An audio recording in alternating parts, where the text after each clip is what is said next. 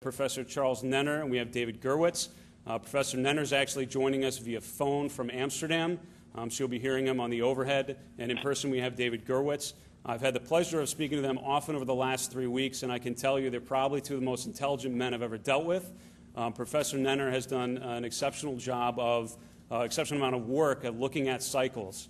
And the main idea of this evening is cycle analysis, understanding how cycles are related, short-term, long-term, et cetera, and you'll see good examples of that. David Gurwitz is a very well-rounded man that I'm sure he will tell you about later in terms of sports and music, et cetera. But at this point, I'll pass it over to David Gurwitz and Professor Charles Nenner. Thank you, David. Thank you. Thank you. Charles is listening from Amsterdam. I have this thing around my neck, and they tell me that if I don't take it off, I can't get out of the building. I'm going to take it off because I want to tell a story that today was a cycle top in security guards in Amsterdam not allowing Charles Nenner to come into the building.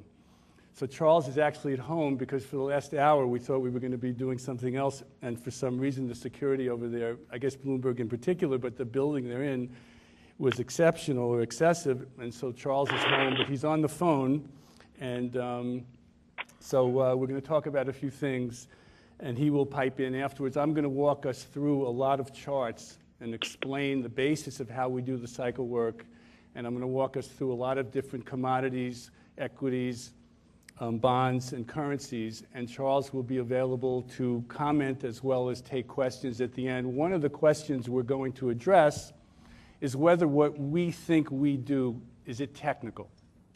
It's called Thursday Night Technicals. We're not so sure, but we'll address that afterwards. So I'd like to start, if you can bear with me, with a few thanks. I'd like to thank Dave Keller, whose kind words, we feel the same way about you, and he's been incredibly helpful. And the thing that I like most about Dave and what he's been trying to do, and why I feel so good about this, is that Bloomberg charges a flat fee, and they want its users to be able to use as much as possible to do their work. So they actually have this, no benefit to them. You're not getting any more money from this. They just want you to use the tools better. And so this is a real win-win, and it's a very enjoyable thing to be in a win-win. I also want to thank John Stevens, who's right here. If you could stand up, John, just so. John's the one who we've been in touch for a year or so, and he's watched cycles, and he recommended us. And so I really appreciate, John, very much what you did. Okay, so we're going to go through a bunch of charts, and then bear with me as we learn about how things go according to Professor Nenner's methodology, although I have to also tell you he is a medical doctor as well. This is the site, charlesnenner.com, and there's one of the photos of several of his visits on CNBC. And enough of that. 5 years ago, if you'll see down here, Dave, I need the pointer, actually, when you get a chance. There was this place called Goldman, and Charles was the keynote speaker at a global strategy conference. So he's been around for a while, and he hasn't really been that well known.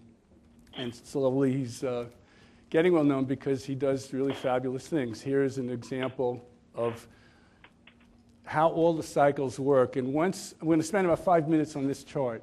And once I go through how this chart works, you'll understand, hopefully, how all the other cycle charts work, because even though this happens to say Intel up top, it could be any stock or stock indice, any bond or bond indice, any commodity or commodity indice, or any currency or currency indice. This happens to be Intel.